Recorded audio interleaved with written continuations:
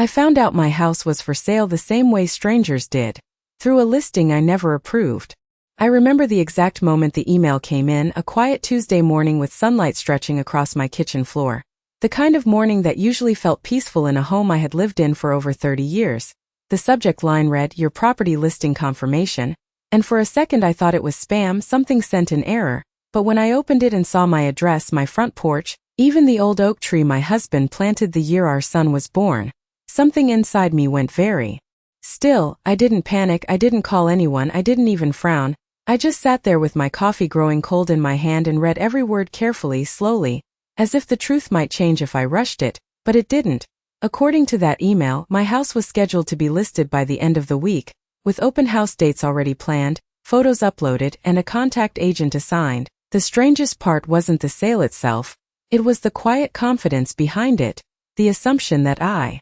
wouldn't notice, or worse, that I wouldn't understand. I leaned back in my chair and let out a soft breath, not of shock but of recognition, because suddenly a dozen small moments from the past few months began lining up in my mind like pieces of a puzzle I hadn't realized I was solving. Olivia's casual questions about property values, the way she had started referring to my home as too much space for one person, the new habit she had of opening my mail by accident, and Daniel, my son, standing just a little too quietly beside her, avoiding my eyes whenever money came up. I had told myself it was nothing, that grief after losing my husband had made me overly sensitive, but sitting there with that email in front of me, I understood something very clearly. This wasn't a misunderstanding, this was a plan, and the most interesting part was that they believed it was already working. I closed my laptop gently, almost carefully, as if I didn't want to disturb the illusion they were living in, and I smiled, not out of amusement but because in that moment I realized something they hadn't considered at all.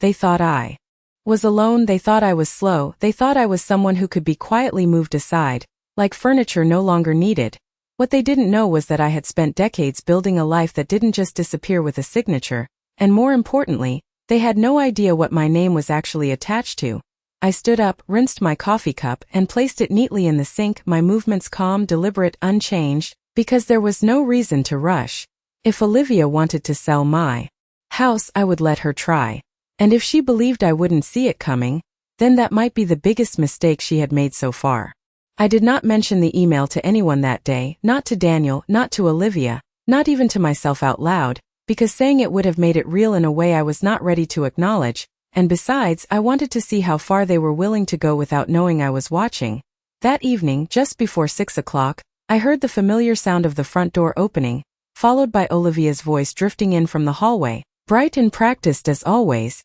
asking if I had remembered to take my medication, a question she had started asking more often lately, always with that same careful tone that sounded like concern but felt like something else entirely, something measured. I was at the dining table sorting through old photo albums when they walked in, and I looked up with the same gentle expression I had worn for years, the one that made people believe I saw only what they showed me. Daniel kissed my cheek, quick and distracted, while Olivia placed her handbag neatly on the counter, her eyes scanning the room for just a second longer than necessary, as if checking whether anything had changed without her knowing. I watched them the way I had learned to watch storms when I was younger, not reacting, just observing the direction of the wind. Dinner was quiet, almost too quiet, with small talk about work and traffic and a neighbor down the street who had painted his house the wrong shade of blue. And all the while, I waited for a slip, a hint, anything that would confirm what I already knew, but Olivia was careful, remarkably so, and if I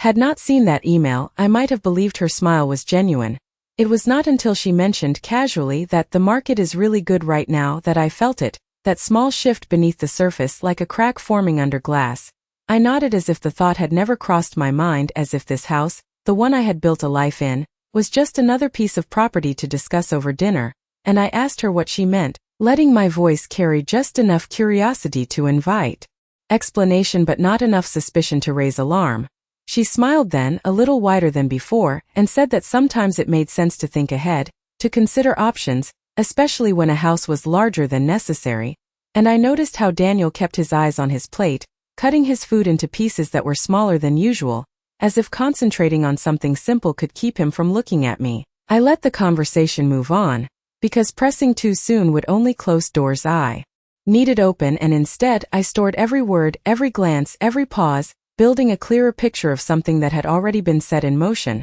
Later that night, when the house had gone quiet and their bedroom door clicked shut down the hall, I returned to the kitchen and opened my laptop again, rereading the listing confirmation, this time paying attention to details I had skimmed before, the name of the real estate agency, the assigned agent, the timeline they had already scheduled. Without my knowledge, and I wrote everything down on a small notepad I kept beside the computer, the same notepad I had used for grocery lists and reminders, now holding something far more important. I did not feel angry, not in the way people expect. There was no raised heartbeat, no trembling hands, just a steady clarity that settled over me like a quiet decision, because anger would have made me careless, and carelessness was exactly what they were counting on. Instead, I thought about my husband, about the way he used to insist on understanding every document before signing anything, about how he would say that ownership was not just about names on paper, but about knowing exactly where those papers were and what they meant, and I realized that whatever Olivia believed she had arranged, whatever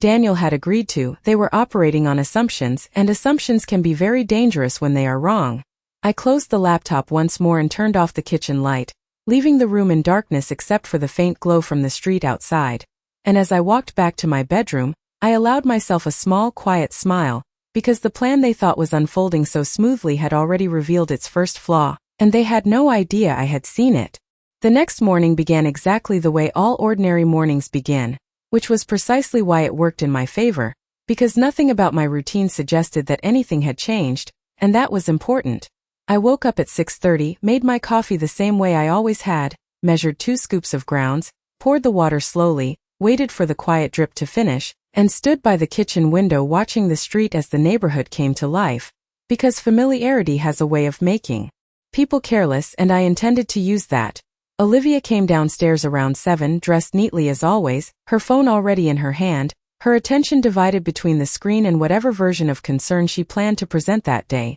and she greeted me with that same bright tone, asking if I had slept well, as if the question itself could confirm something she needed to believe. I smiled and told her I had, keeping my voice soft, steady, exactly as she expected, and I noticed the brief flicker of relief in her expression, a subtle loosening that told me she saw nothing out of place. Daniel followed a few minutes later, his tie slightly crooked, his movements rushed, and when he looked at me, there was a hesitation there, not long enough to draw attention, but long enough for me to recognize it as guilt trying to pass for distraction. I did not acknowledge it, because acknowledging it would have forced him to choose a side sooner than he was ready, and I was not interested in forcing anything yet. Instead, I let the morning unfold naturally, small talk about the weather, about a meeting he had scheduled downtown, about how traffic on the freeway had been worse than usual, and all the while I watched how often Olivia checked her phone, how quickly she turned the screen away when I looked in her direction, how her posture shifted whenever the conversation drifted too close to anything related to the house. It was not suspicion that guided me at that point, it was confirmation, each small detail reinforcing what I already knew. After they left, the house settled into its usual quiet, but this time, the silence felt different, not empty but focused, like a space waiting for something to happen. I returned to the dining table with my notepad and opened my laptop. Again, pulling up the email and copying down the agent's name and contact number more carefully, checking the spelling twice, because details matter when you are dealing with people who believe you do not pay attention. I stared at the name for a moment, letting it settle in my mind, and then I picked up the phone and dialed the number slowly, deliberately, not as someone confronting a problem, but as someone asking a simple question. The woman who answered introduced herself in a professional tone, cheerful and efficient, and I matched that tone perfectly, introducing myself with my full name, giving my address, and asking as calmly as I could for clarification about the listing I had received. There was a brief pause on the other end, just long enough to suggest surprise, and then she responded with polite certainty, confirming that the property had indeed been scheduled for listing, that paperwork had already been initiated, that everything was moving forward as planned. I let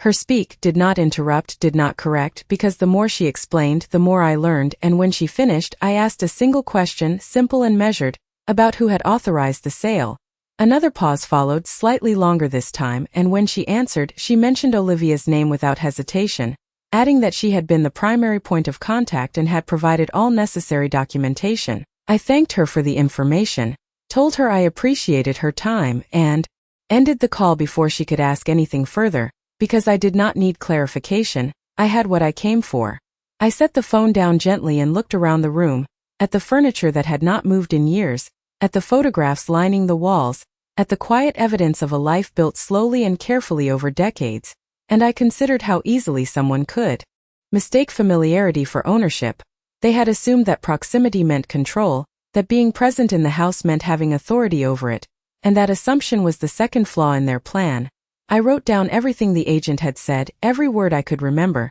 and then I closed the notepad and placed it beside the laptop, my hands steady, my thoughts clear, because now I knew not only what they intended to do, but how far they had already gone. And as I stood there in the middle of my kitchen, I realized that they had already crossed a line they could not see. And the most interesting part was that they still believed they were ahead. That afternoon, I decided to take a closer look at something I had not touched in years, not because I had forgotten about it, but because I had never needed to question it before. The file cabinet in my study sat exactly where it always had, tucked neatly against the wall beneath a framed photograph of my husband, and when I opened it, the familiar scent of paper and time greeted me in a way that felt almost reassuring. I ran my fingers along the folders, each labeled carefully in his handwriting, organized in a system he had trusted more than memory, and I realized that whatever Olivia believed she had access to, she had never truly understood the structure behind it. I pulled out the folder marked property documents and carried it to the desk, sitting down slowly as if I were about to read something important, because I was. The papers inside were exactly as I remembered, copies of the original purchase agreement, tax records, insurance policies, and beneath them, something that had always been there but rarely needed to be revisited, the trust documents my husband had established years before he passed. I unfolded them carefully, smoothing the pages flat, and began to read not as someone reminiscing, but as someone verifying, confirming each clause, each name, each condition with a clarity that left no room for assumption. It did not take long to see it. The detail that mattered more than anything Olivia had attempted to arrange. The house was not simply owned, it was protected, placed within a structure that required authority she did not have and could not obtain without my direct involvement. I leaned back in my chair, letting that realization settle into something steady and certain, because now the situation had shifted entirely, not in appearance but in reality, and the difference between those two things is where most people make their mistakes. Later that evening, when Olivia returned home, she carried herself with the same controlled confidence I had come to recognize, her movements precise, her tone measured, as if everything around her was unfolding according to plan. And I greeted her with the same quiet warmth I always had, offering no indication that anything had changed. She asked if I had been busy, and I told her I had spent the day organizing old papers, which was true, just not in the way she understood. And I watched as that answer passed through her without concern, because to her, paperwork was something I handled out of habit, not awareness. During dinner, she brought up the idea of simplifying things again, mentioning how managing a large house could become difficult over time, and this time I let a small hesitation enter my response, just enough to suggest uncertainty, just enough to encourage her to continue. She leaned forward slightly, explaining how selling could be a practical decision, how it might be better to consider options now rather than later, and Daniel sat beside her, silent as before, his agreement expressed not in words but in his lack of objection. I nodded slowly, as if considering something new,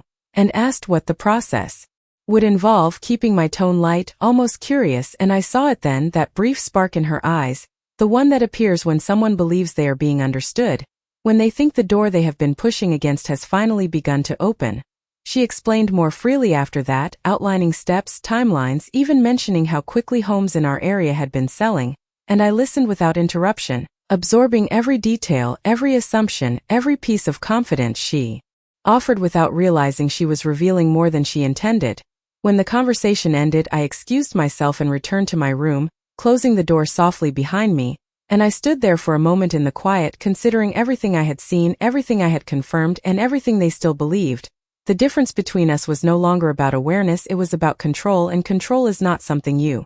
announce, it is something you demonstrate at the right moment. I sat down at my desk, opened the folder again, and placed it beside my notepad, aligning everything neatly because clarity requires order. And as I reviewed the documents one more time, I understood something with absolute certainty. They were not just trying to sell my house, they were trying to act as if it had already stopped being mine, and that assumption, more than anything else, would be the reason they failed. The following morning, I did something I had not done in a very long time. I called someone my husband used to trust, someone whose number had remained quietly filed away in my address book for years, untouched but never forgotten. I sat at my desk with the documents spread out in front of me, the trust papers aligned neatly beside the notepad where I had written down every detail from the past 2 days, and I dialed the number slowly, listening to the soft hum of the line as it connected. When he answered, his voice was older but still steady, and I introduced myself without hesitation, using my full name, the one he would remember, and there was a brief pause before recognition settled in, followed by a warmth that felt genuine, not practiced, not calculated, and for a moment, I allowed myself to feel something close to relief. I explained that I needed clarity, not because I was confused, but because I wanted confirmation from someone who understood the structure my husband had put in place, and he listened carefully, not interrupting, not rushing me, the way professionals who respect time tend to do. When I finished, he asked a few precise questions about the trust, about any documents I had signed recently, about whether anyone else had access to original paperwork, and I answered each one calmly, providing exactly what was needed and nothing more. There was another pause then, but this one felt different, more deliberate, and when he spoke again, his tone carried a quiet certainty that matched my own. He confirmed that the property was fully protected under the trust, that no sale could proceed without my explicit authorization, and more importantly, that any attempt to initiate such a sale without that authorization would raise serious legal concerns. I thanked him, not because I was surprised, but because confirmation has a way of solidifying what you already know into something you can act on without hesitation. After the call ended, I remained seated for a moment, my hands resting lightly on the documents, considering not what had been said, but what it meant moving forward, because information alone does not change a situation. It is what you choose to do with it that matters. I did not plan to confront Olivia, not yet, and I certainly did not intend to alert Daniel, because awareness would only make them more careful, and careful people are harder to observe. Instead, I decided to do something much simpler. I would allow them to continue, to move forward with whatever steps they believed were already in place, because every action they took without my knowledge would only create a clearer record of their intent, and intent, when documented properly, has a way of becoming undeniable. That afternoon, Olivia returned home earlier than usual, her energy slightly elevated, her movements quicker, as if something had progressed according to expectation, and when she saw me in the living room, she smiled in that familiar way,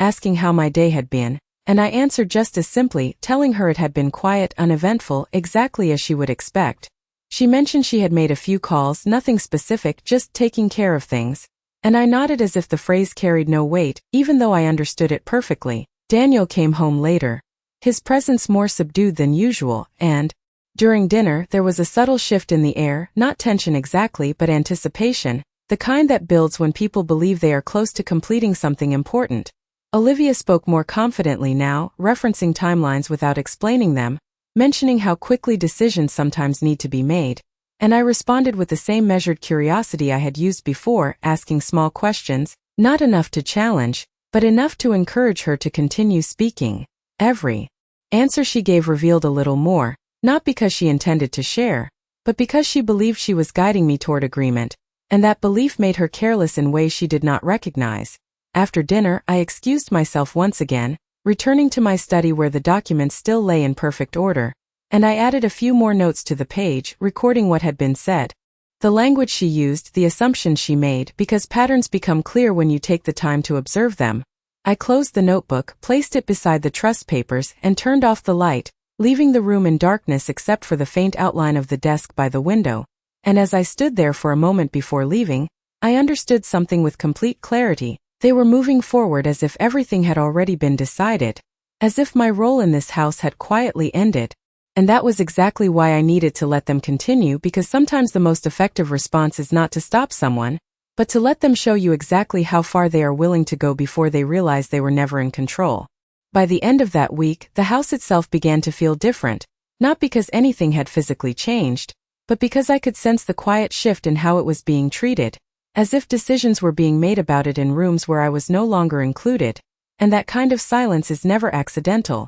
Olivia moved through the space with a new kind of confidence, opening cabinets without hesitation, measuring walls with her eyes, occasionally pausing to take photos when she thought I was not looking, and each time I pretended not to notice, keeping my attention on whatever small task I had chosen for the day, because observation works best when it is invisible. Daniel, on the other hand, had grown more distant, not in his presence but in his behavior, his conversations shorter, his time at home more limited, as if avoiding something he did not want to confront, and I recognized that pattern as well, the quiet retreat of someone who knows they are involved in something they cannot fully justify. One afternoon, as I was arranging a small vase of flowers near the window, I overheard Olivia speaking on the phone in the hallway, her voice lowered but not enough to hide the words entirely, and I caught fragments, phrases about scheduling, about availability, about confirming details before the weekend, and while she did not mention the house directly, she did not need to,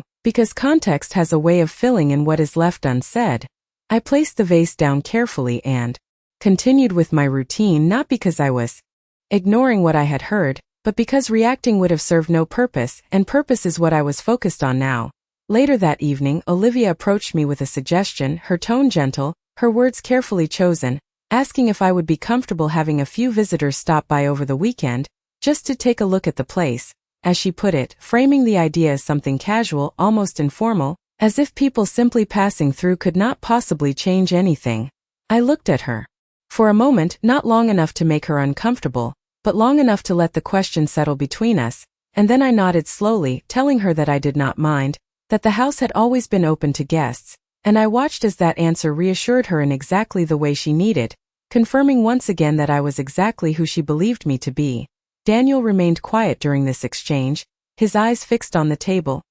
his silence louder than any agreement he could have spoken, and I understood that his role in all of this was not one of leadership but of acceptance, which in some ways made his involvement even more telling. That night, after they had gone to bed, I returned once more to my study, not to review documents this time but to prepare, because there is a difference between knowing something and being ready to act on it, and I intended to be ready. I reviewed the notes I had taken, the timeline that had begun to form, the sequence of decisions Olivia believed she was controlling, and I added one more detail, the mention of visitors, the implication of an event that would take place within the walls of a house she did not have the authority to offer. I closed the notebook and placed it beside the trust documents, aligning everything with the same precision I had maintained from the beginning, because clarity requires consistency, and consistency builds confidence. As I turned off the light and stood in the doorway for a moment, I allowed myself to consider what the coming days would bring, not with worry,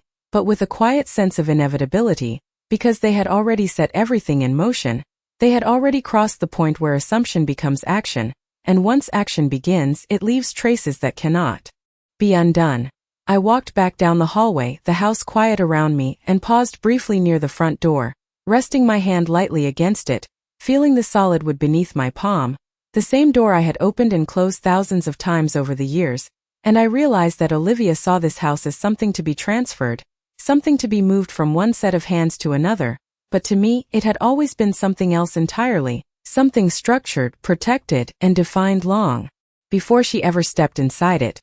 I let my hand fall away and continued down the hall, my steps slow, steady, unhurried, because there was no need to rush, not when everything they were planning was about to happen exactly where I wanted it to. Saturday arrived with a kind of quiet precision that made everything feel intentional, as if even the light coming through the windows had been arranged in advance, and I woke earlier than usual, not out of restlessness but out of readiness, because I knew this was the day Olivia had been preparing for without ever saying it directly. I moved through the house slowly, deliberately, straightening small details that did not need attention, adjusting a picture frame by half an inch, smoothing the tablecloth in the dining room, actions that appeared routine but gave me time to observe the space the way someone might before an event, not because I was hosting, but because I wanted to see how she intended to present something that was never hers to offer. Olivia came downstairs shortly after, dressed with a level of care that suggested more than a casual gathering, her posture upright, her movements efficient, and when she saw me, she smiled with that same controlled warmth, asking if I had slept well, and I answered just as calmly, telling her I had, watching as she glanced briefly toward the front door, as if expecting something to begin at any moment. Daniel lingered in the background, quieter than usual, his presence reduced to small gestures, a nod here, a brief comment there, and I noticed how he avoided standing too close to either of us, as if distance could somehow soften his involvement. By mid-morning, The house had been subtly transformed, not in any obvious way, but in the way small adjustments create a different impression. The curtains drawn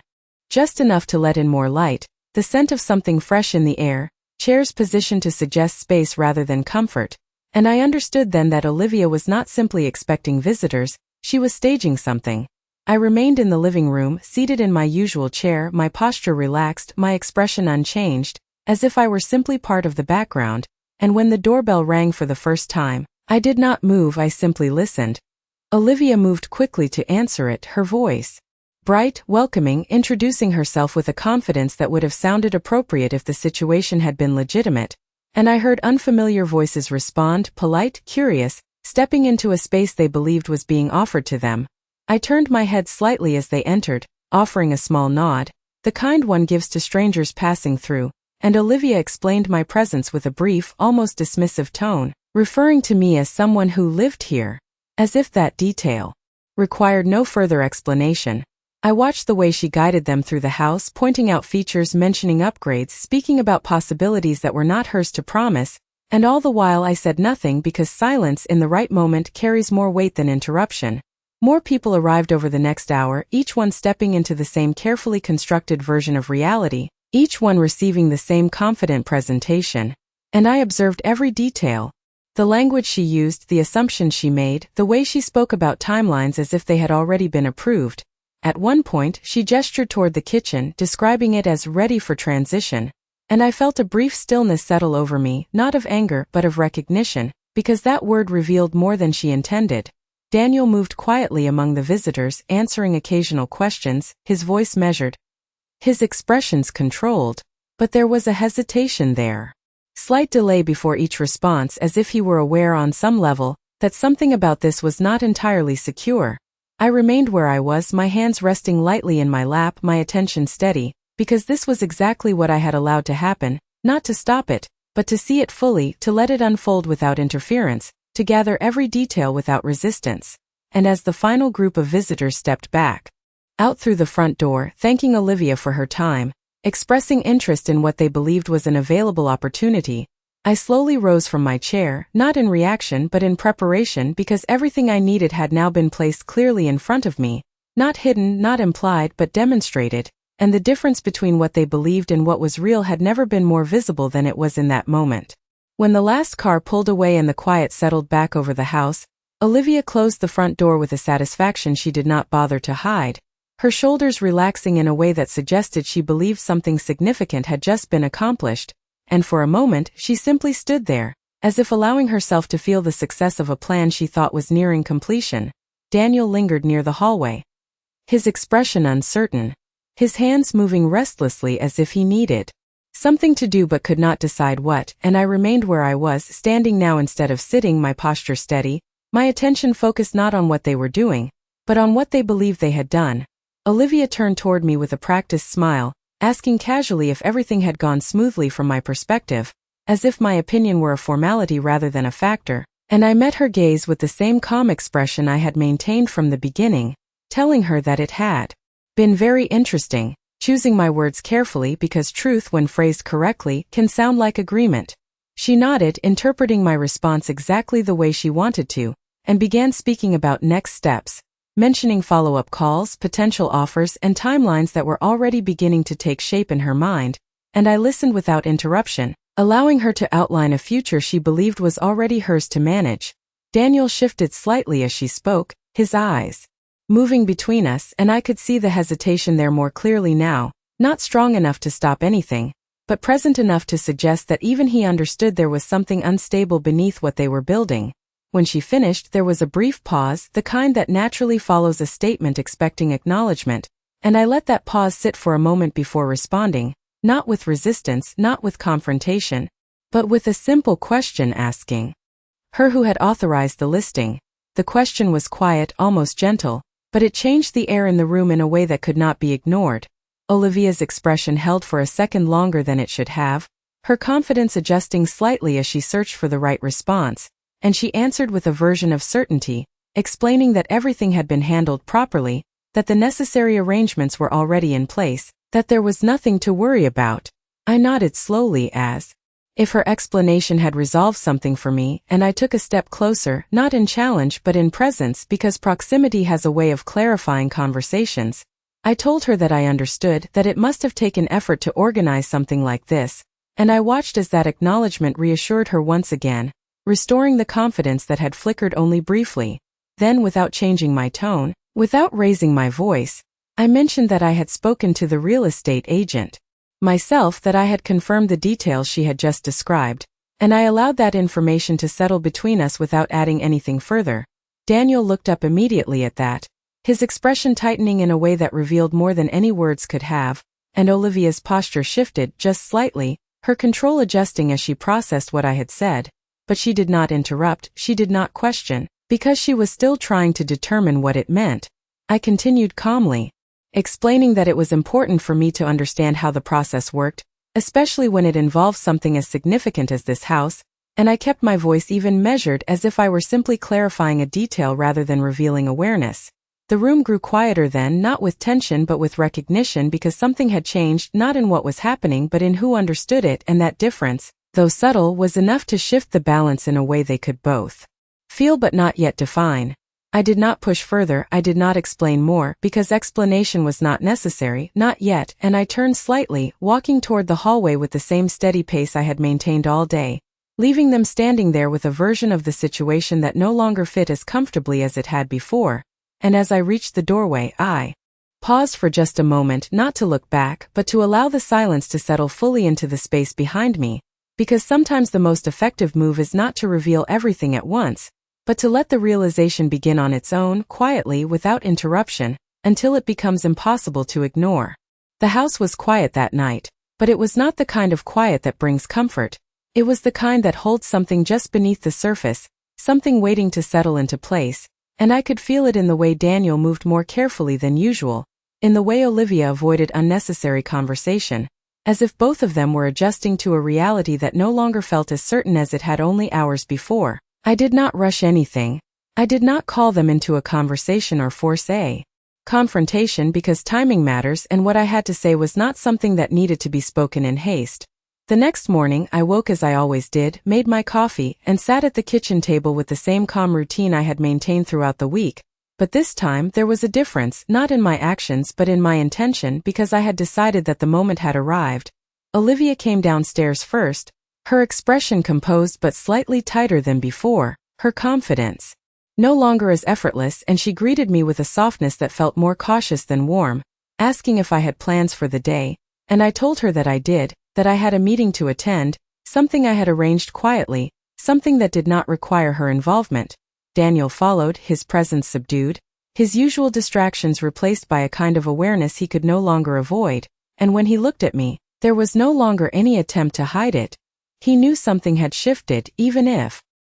he did not yet understand how far. I finished my coffee, stood up, and gathered my things without hurry, because there was no need to appear different, and as I reached the doorway, I paused just long enough to look back at them, not with accusation, not with disappointment, but with a clarity that did not need explanation. I told them I would be back before noon, my voice steady, and then I stepped outside, closing the door behind me with the same quiet finality I had always used. The drive across town was familiar, the streets unchanged, the traffic predictable, but my thoughts were focused, not scattered, because everything I needed had already been confirmed, and now it was simply a matter of putting it into place. When I arrived, I was greeted with the same professionalism I remembered, the same measured tone, the same understanding that some matters required discretion, and I sat down across from someone who understood exactly what I was asking without needing unnecessary explanation. We reviewed the documents together, not quickly, not casually, but thoroughly, each page examined, each clause acknowledged, and when it was finished, there was no uncertainty left, only confirmation, clear and precise, that the house remained exactly where it had always been, under my authority, protected in a way that could not be altered without my consent. I signed what needed to be signed, not because I was changing anything, but because I was reinforcing it, strengthening the structure that had already been in place long before anyone thought to challenge it. When I returned home, the atmosphere inside had shifted again, quieter now, more restrained, as if both Olivia and Daniel were waiting for something they could not yet define, and I stepped inside with the same calm presence I had carried from the beginning, setting my keys down, removing my coat, allowing the ordinary actions to fill the space before anything else did. Olivia approached first, her composure intact but her certainty thinner, asking how my morning had gone, and I answered simply, telling her it had been productive, that everything I needed had been confirmed, and I watched as those words settled into her expression, not fully understood but not dismissed either. Daniel remained a few steps behind, his attention fixed. His silence now heavier than before, and I turned slightly toward both of them, not to confront but to clarify. I told them that I had taken the time to review everything carefully, that I understood exactly what had been attempted, and more importantly, what could not be done, and I kept my voice even controlled because this was not about emotion, it was about fact. Olivia opened her mouth to respond, to explain, to regain control of the narrative she had been constructing. But I did not interrupt, I simply continued, explaining that the house was not available for sale, that it had never been available for sale, and that any attempt to present it otherwise had no standing, no authority, no effect beyond what had already been revealed. The room grew still then, not with shock but with recognition, because there are moments when the truth does not arrive loudly, it settles quietly, leaving no space for argument, and I allowed that moment to exist without pressing further, because there was nothing left to prove, nothing left to uncover. I looked at Olivia for a brief second, not with anger, not with accusation, but with something steadier, something final, and I said only one thing, my voice calm, clear, and without hesitation. You tried to sell my house, but it was never yours to touch, and then I turned and walked toward the hallway, leaving them with a reality they had not seen coming, one that had been there all along, waiting for them to finally recognize it.